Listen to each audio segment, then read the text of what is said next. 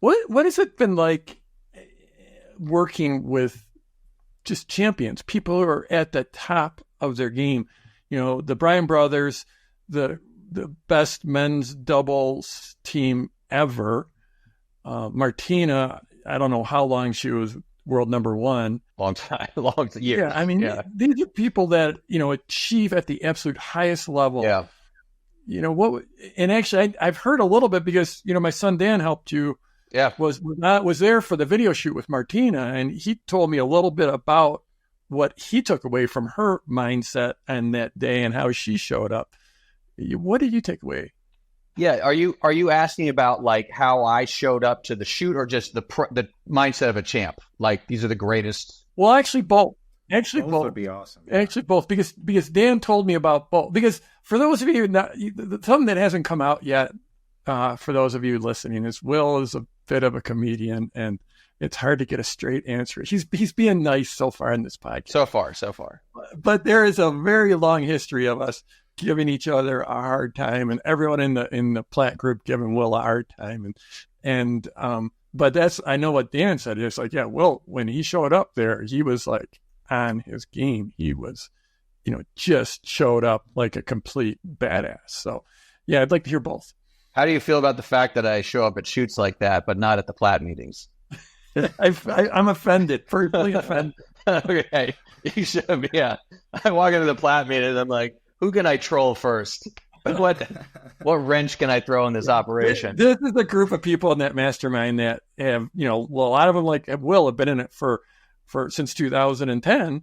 And probably the average tenure in the group is 6 or 7 years. So they know each other really well, and they tend to, they can give each other a hard time. It was honestly an evolution in terms of how I had figured it out by the time Dan showed up. So in 2011 is when we shot with the Bryans, and I'm 29 at the time. I had done some prep work in terms of surveying my audience about what they wanted to hear from, but I showed up like pretty, honestly, looking back, like unprepared, certainly unprepared by my standards now, about like, what are we going to, I was just like, let's just talk about doubles, was literally kind of like how we started. And Bob and Mike, it was total luck. They were unbelievably prepared, not specifically for me, but they just were like, here are all the drills we do. Here's the strategy. Like, I could not have been luckier in the sense that they like basically just they had all the content for the program mapped out. And it was like completely coherent and unbelievable. I also got spoiled with that because then I assumed every tennis player would be like that. So we worked with some other talent where I showed up and I was like, all right, we're going to talk about this. And they're like, all right, how do you want to talk about it? And I was like, I thought you knew how to talk about it. And like literally the first couple hours of shoot, I was like, we just paid a ton of money and like, this is going to be garbage unless we figure out what to do. And we salvaged it, did great. But it was a learning experience for me. And then by the time we were working with Martina, and it was 2016, when Dan helped out, we had it like I had spent a lot of time preparing for that. And so that one was dialed in. I mean, that one was just like, this is what we're going to talk about. And at that point, I realized the trick is you got to assume they've done no prep, and you want to frame basically the questions you ask. They can just like answer, like snap answer. It's going to be what you want, or it's kind of like go in the direction that you want it to go. And so they don't have to do any prep work before, obviously not after either. Cause like these shoots, you have these people for a very limited amount of time. I think we had Martina for like 7 hours or something like that. And so you got to be super, super efficient with that time. In terms of the mindset of champions, I mean, it's the bros, Bob and Mike, we call them the bros, are pretty laid back. And obviously they're super focused on when they play a match. Some people you can just sort of tell they're kind of like, they have a level of intensity. And they, once we were, even during the shoot, like even during the takes, they were pretty laid back.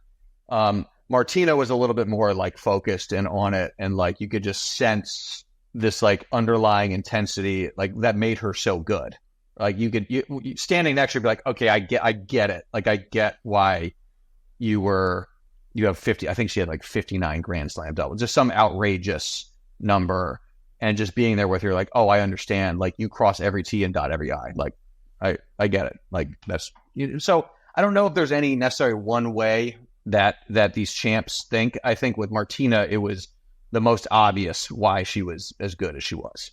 Yeah, I remember Dan saying, I think that like that was incredibly hot that day. Like he said, like 100 degrees. One of them was hot. Yeah, it was 90, 100 or something. It was up there. Palm Springs, California. Yeah. And here's this person who's won all these Grand Slams, who's number one, who, you know, doesn't have to show up at a film shoot with intensity, but Dan said she was like all about it and 100% about making sure you got what you need. And it was the part that was funny to me is you had we had to get hitting partners, right? So you get, people who are good players, like high level college players, because you need them to be able to hit the ball in a sequence to like demonstrate the various strategies, tactics. They're out there hitting with Navratilova, so they're like, especially early, there's a level of like nerves associated with that. And I just remember one dude like couldn't miss shot after shot, and I kind of looked over at Martina, and you could see she's just like, just the facial expression was like, "Come on, dude," It was just, it's just a moment I find highly amusing, just because she's demanding, like, let's make this happen, I remember Dan telling me like he had maybe a drone shot or something, and she went to hit the tennis ball near the shot. No, she hit it. So like another example, how this drone is like way overhead, and she hit the ball at it and hit the drone, and like we have the video of the ball hitting the camera, and the drone didn't crash or anything, but it was also like, man, you're pretty accurate with this thing. It just sounds like they have a level of standards that not only for themselves, but just that trickles out to everywhere around them too, right? That level of demand upon themselves. I heard an interesting, I had never thought of tennis. I literally was listening to a podcast yesterday. I never thought of tennis like this. Is in a way, it's a horrendous job, particularly as a professional athlete, because with the NBA or the NFL, your game is at 7:00 or it's at 1:00. But with tennis, you are playing every single week.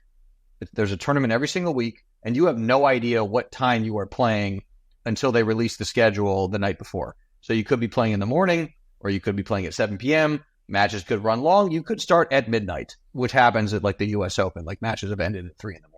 And so the level of discipline required to go through all of your routines, which is warm up, practice, also cool down. Like after the match, you spend an hour at least, like slowing your body down so you don't get stiff and the inflammation doesn't build up.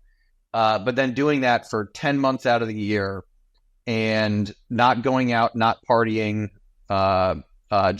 which is hard when you're in your 20s. You're rich, you're famous, you're in a new city every week. I mean, there's a lot of players who do that, and it shows in their results. And then the ones like Federer, Nadal, Djokovic don't, and you can tell. It's kind of like business. There's a lot of things in business you have to do, right? And there's processes that need to happen in order for it to be successful. And that discipline around creating those habits that make your business successful are key for any entrepreneur.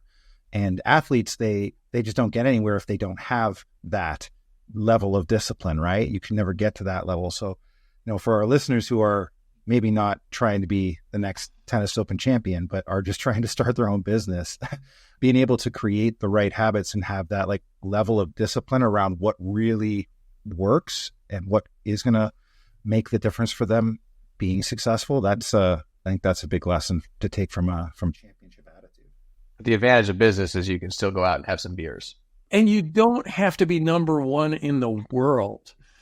Tennis is brutal. I think, isn't it? Like, well, I know, I'm sure you know the numbers better than me, but I think even you have to break the top 100 to even break even. Is that? Yeah, basically. The numbers might be a little different now, but it was essentially you're breaking even at 100 in the world in terms of the money in your bank account with all the travel and paying your coach, physio, because like the NFL will pay for your travel and the team provides all the support staff, but you got to do that which is a problem, honestly, with the way the tour is structured now. So you got to be top 100 in business. If you're in the top 100,000, you're incredible. Killing it. Yeah.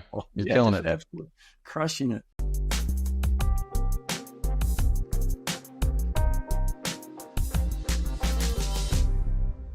Hey, Launch family, wasn't that a great clip?